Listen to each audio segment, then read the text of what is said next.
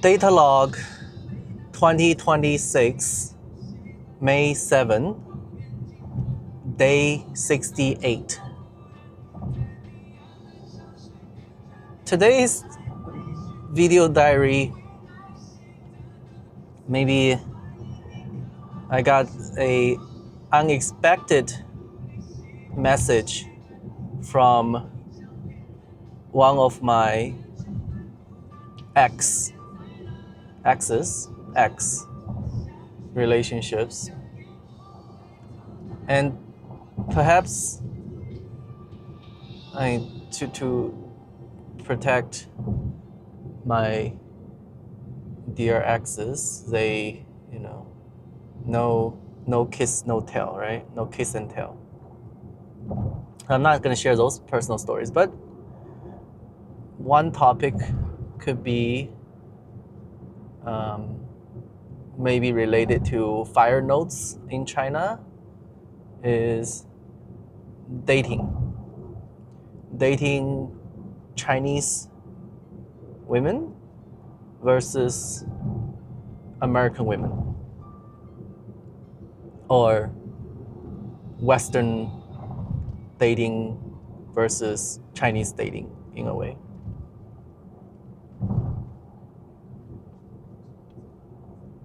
In China, it depends on which age group, or which, you were dating women in the 80s, born in the 80s, not in age 80s, but born in the 80s, or born in the 90s, or born in the 2000s, 80后, 90后, 00后, or you can go before that, like 70后, 60后, 70s, 60s. So my mom is 1959, so almost, 60s. Let's go from the 60s. Actually, I have no idea about 60s and 70s. I will accept my mom as a reference. So my mom's perspective is super traditional, right? And one thing that I know that her generation is, they do not like to owe money. So no advanced consumerism, no advanced spending of your future salary. That's how my mom's dating with her boyfriend Lloyd back then, when they almost got married and did not end up getting married, because my mom did not want to carry on the loan, the owe somebody money based on, Lloyd's loan. I have no idea. I think for the 70s, maybe the couple folks I know are very high, like doctor women. And women in China, and maybe even in general, they have the 慕强. 慕强 is marry up, I guess, looking for someone who's more capable, right? But if you are already a doctor or postdoctor, the only up you can go is a professor, and there are not that many professors, I guess. So I think that starting from the 70s, women born in the 70s, and then 80s and 90s. You can actually ask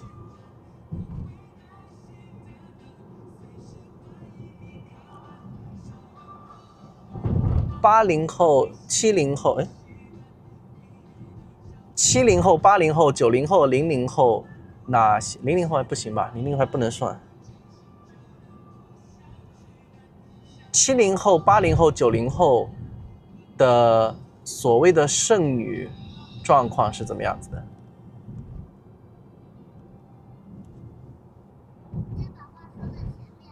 没有剩女。对，未婚女性。未婚女性。OK, 这个 that's 词 right. 本身就带着我按70后8 In English, please. First, a note.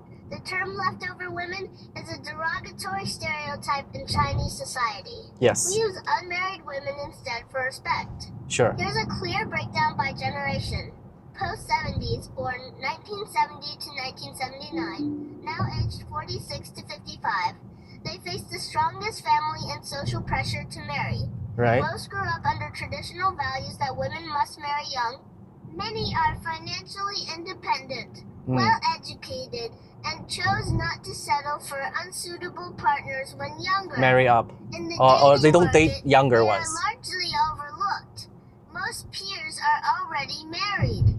Mentally, most are calm and self-sufficient, though occasional pressure from relatives still bothers them.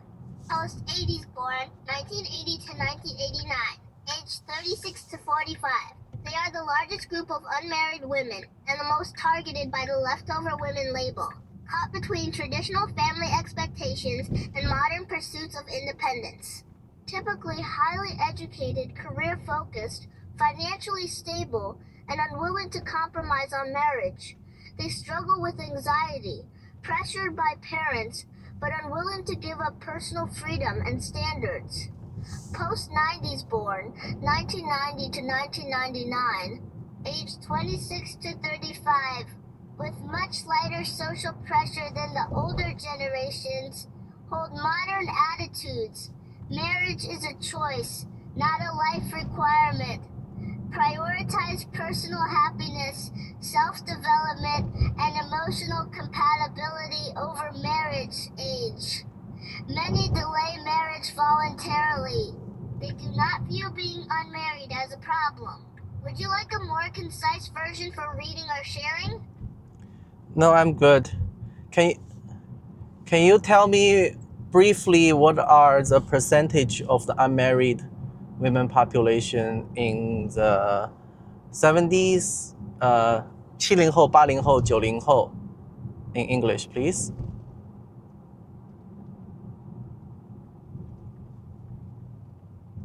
Here's a brief English-only breakdown of unmarried women percentages in China by generation based on latest census and official demographic data.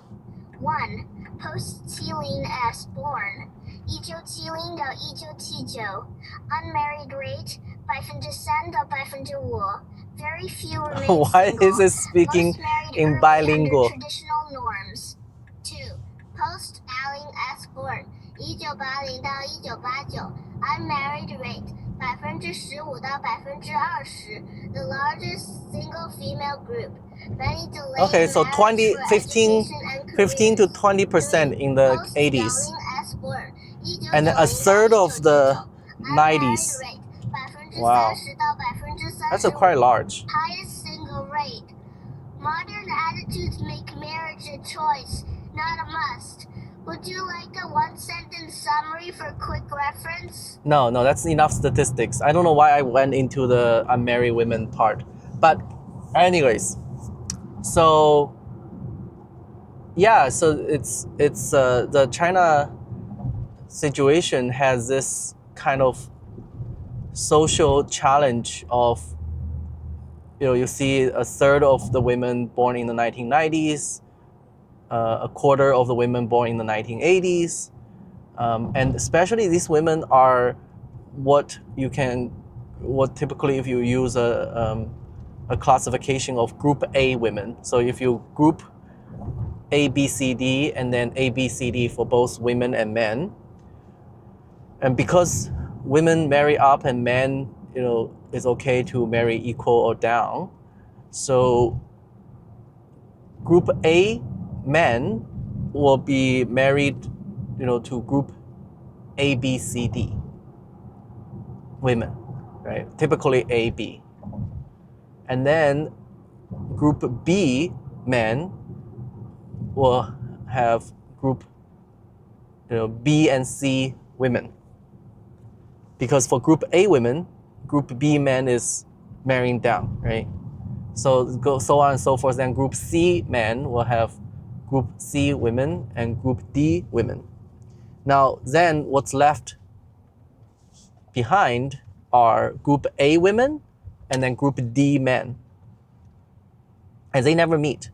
And that's a challenge, like for group A women are typically in the cities and group D men are typically in the rural villages. So that's a kind of the social background of such. And I think the reason I mention this is because if we're looking at fire notes in China, and then, you know, I think the relationship, the social relationship and romantic relationship and companion relationship and partner relationship are essential part of fire, because if you are not busy with doing, you know, work, your companionship, your social life is essentially your main course in early retirement. And that's reflected actually in the retirement communities that I learned a little bit more about, just such as my retirement community, their companionship, and even from Maggie's ayi, from Maggie's nanny, she was saying, she's recently divorced, and she was saying that, hey, you know, Xiaoliao, if you are bringing, like, telling people that come to China to retire, perhaps, you know, there are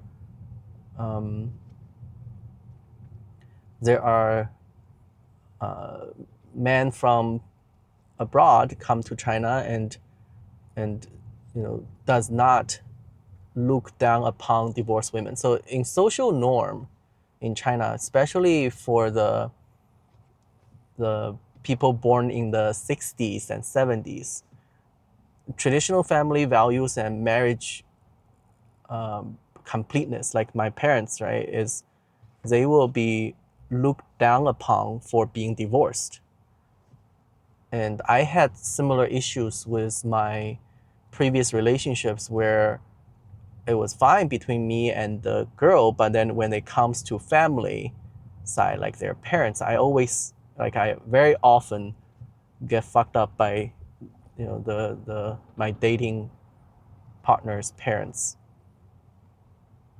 And it's a similar situation, always, pretty much every single case, because my divorced parents and my kind of non-mainstream attitude and my, you know, outlier personality is, I think, considered uncontrollable and not normal by traditional Chinese parents' standards, especially parents of women, parents of girls. So I think, although now, after I came back to China for more than 3 years now, I realized it's like a pretty much mix of things, right? You could call, there are people born in the 70s and 60s, very traditional family oriented, yet, you know, they are seeking for companionship when they are old. Like when you are getting old, you don't give a fuck. You don't give a fuck anymore. Right? You just want companionship. You know, who cares? But then in the retirement community, what they said is 搭子 companionship instead of actual, you know, getting married. Because when you're getting married, then you get your children involved. Because your children is worried about inheritance.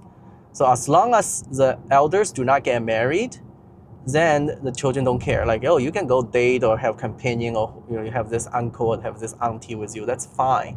But as long as you guys do not get the marriage certificate, otherwise then it becomes, you know, somebody can take the inheritance away, which is, I think, is a very selfish way of 道德绑架, like guilt tripping your parents not getting married because you don't want their inheritance being shared. But inheritance is parents, right? So that's women born in the 60s and 70s situation, they are just like Maggie's nanny. She's financially independent. She is strong-minded. She is capable. She divorced her gambling husband, and she wants to look for companionship when she's retired. She's going into her 60s. And similarly to my stepmom, she also has surprisingly also a gambling husband, and she divorced him, but then her daughter, because of the social norm in a small town, does not accept her mom's divorce. Although her mom married my dad, she never accepted her. I supposed to have a stepsister, and she never accepted this new marriage. You see, and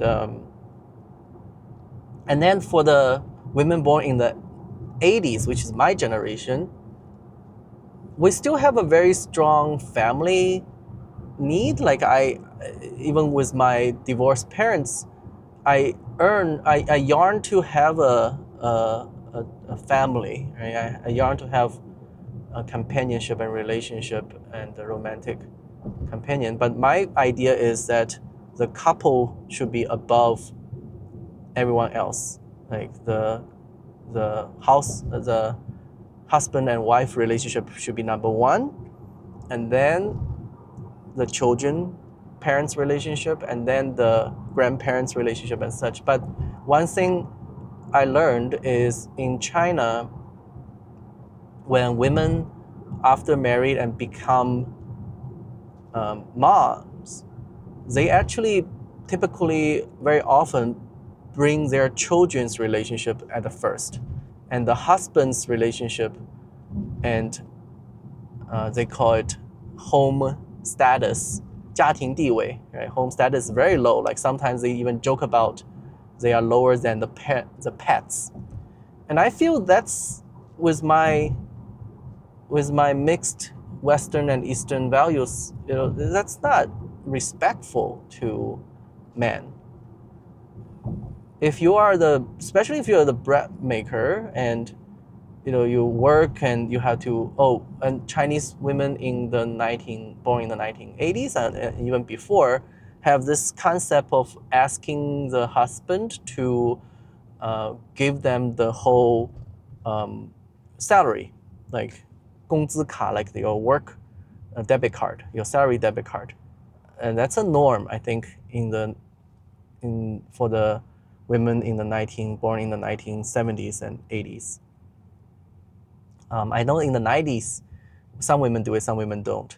And especially if the women, after giving birth to children and becomes full-time housewives, they feel this is a sense of security to hold on to the husband's salary.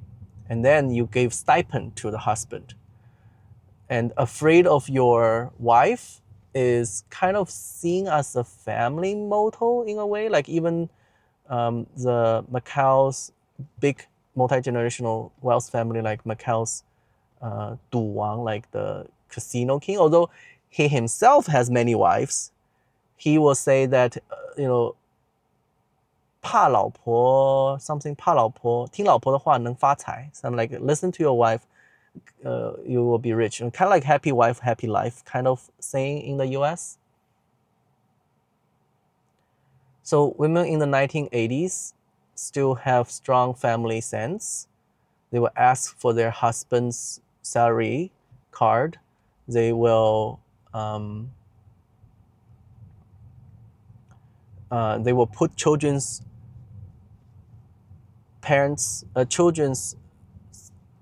place at the first, and then comes to the couples. Oh no, not even the couples. Then the parents or something, like children first, and then grandparents, and then maybe pets, and then the husband, which is, I think, it's not equal and respectful for the husband. I don't know why many Chinese men put up with that. The other thing is for the women born in the 1990s, Now, the interesting part is their parents are usually in the 1960s or 1970s even. And they are the first generation where they don't need to worry about having a house or have food to eat, because their parents already have multiple houses. And that's a generation where a third of them in the first tier cities go to study abroad. So they also have this West and East mix. And women in the 1990s will have this independence women kind of concept. And they usually typically have their own careers and such. And even for the ones become housewives, they may still face similar issues and challenges of disconnect with society, but they have a lot more freedom and resources, and their husbands are typically more equally respectful, I guess. Man, this topic, I realize I'm not such an expert. I only dated women that were older than me since college. And dated women like first kind of innocent like and love, and then also dated women that cheated on their boyfriend that I did not know about. So I was the mistress, and I did not know about.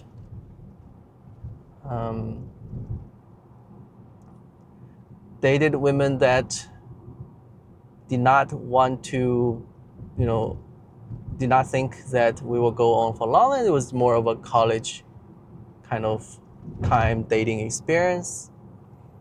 Dated women that never dated others before, which kind of have its pro and cons. And I was their first date, first boyfriend kind of thing, and which they are older than me, which is kind of sometimes weird. But again, my kryptonite in my previous relationships are always their parents, because I'm not, with my divorced parents' background, plus I'm not someone who obeys or listens to elders much. And then dated women who says, oh, I will only date for 1 year, and if we only, after 1 year we either get married or we break up, because that's enough time I want to invest in a relationship. Dated women who used me as a tool to get her status to stay in the US. Dated women who really liked me, and I did not realize at that time that I did not like them that much. Dated women who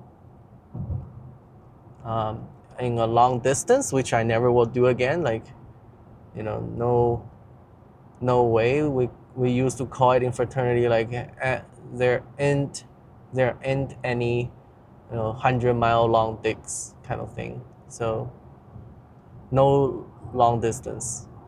That doesn't work for me. Tried once, terrible. What else? Dated women who wanted to have a monthly stipend. It's just kind of weird. You try it once and you'd be like, okay, there's no difference. Why am I giving you a monthly stipend? Dated women who are very much like Western women, who are open and who are open-minded and focus on taking care of each other and looking at each other and have, I didn't know that's a normal relationship. Dated women who come on very strongly passionate with love, and all of a sudden cliff drop you, like 断层, like just like all of a sudden due to parents' reasons, again, says, okay, 1 minute we were looking and holding hands and talking about the future. The next minute, they blacklist you on all the WeChat and IM tools. And I just realized I had quite a diverse dating experiences and relationship experiences. Oh, what the fuck. Okay, this topic for diary purpose, for just creating the data. Oh, what else? Dated women who just use you as a free meal ticket?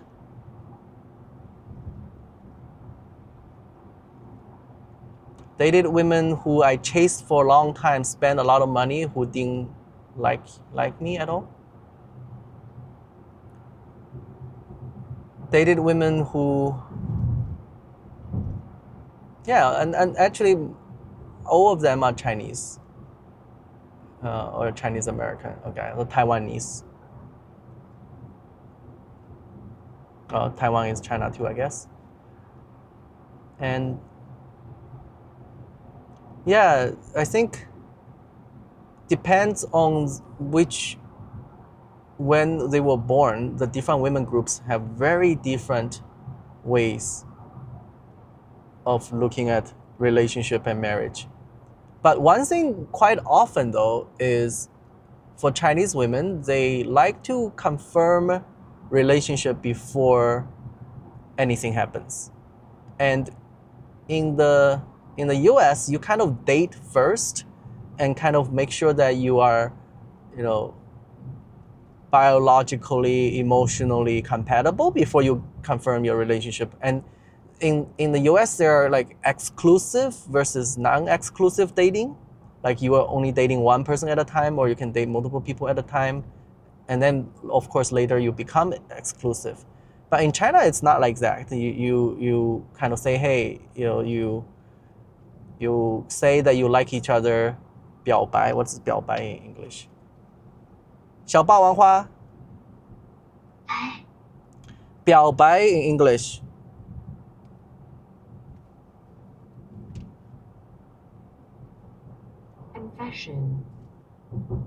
Confession, yeah. If you confess to someone you like them, and then it's equivalent of confirming in a exclusive relationship without actually maybe you went out to dates, but you can go out on things before. And I think in this part of my life now, age 39 and almost 40 at the midlife, I think what's important, if you simplify into intimate relationships, is you can 吃在一起, 聊在一起, 睡在一起. Like you can eat together well, you can talk together well, and you can sleep together well. That's it. As simple as those three criteria. You can eat together, you can talk together, and you can sleep together. And by the way, I believe especially for married and have children couples, it's like a sexless sexless marriage is a very common, often thing in China. 小霸王花，小霸王花，你好。中国无性婚姻的数据。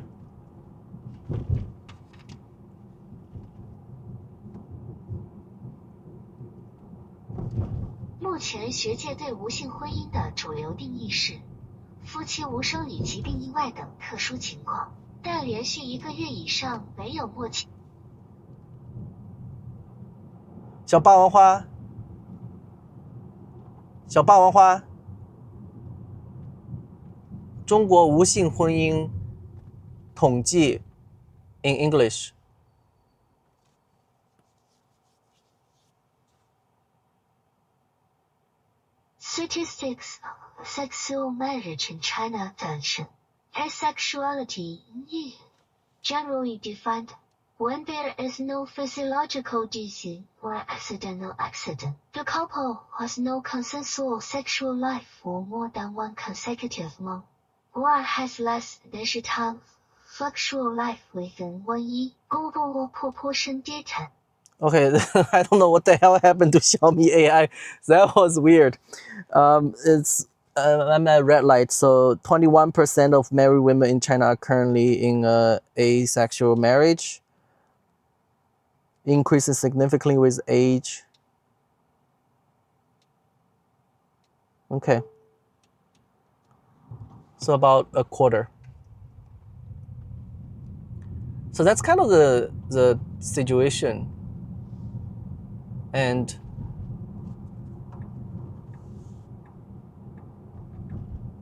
I found it very difficult to accept that kind of situation myself.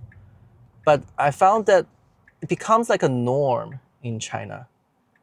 And the brief exposure I had with other men in similar age, they seem to seek either mistress or they go to business KTV. Like, you hire not hookers, that's illegal, but you kind of hire, service women who, go to KTV and sing together with you, and then you kind of more chang, they call it, like touch singing, like you can kind of touch the women, is business KTV in China.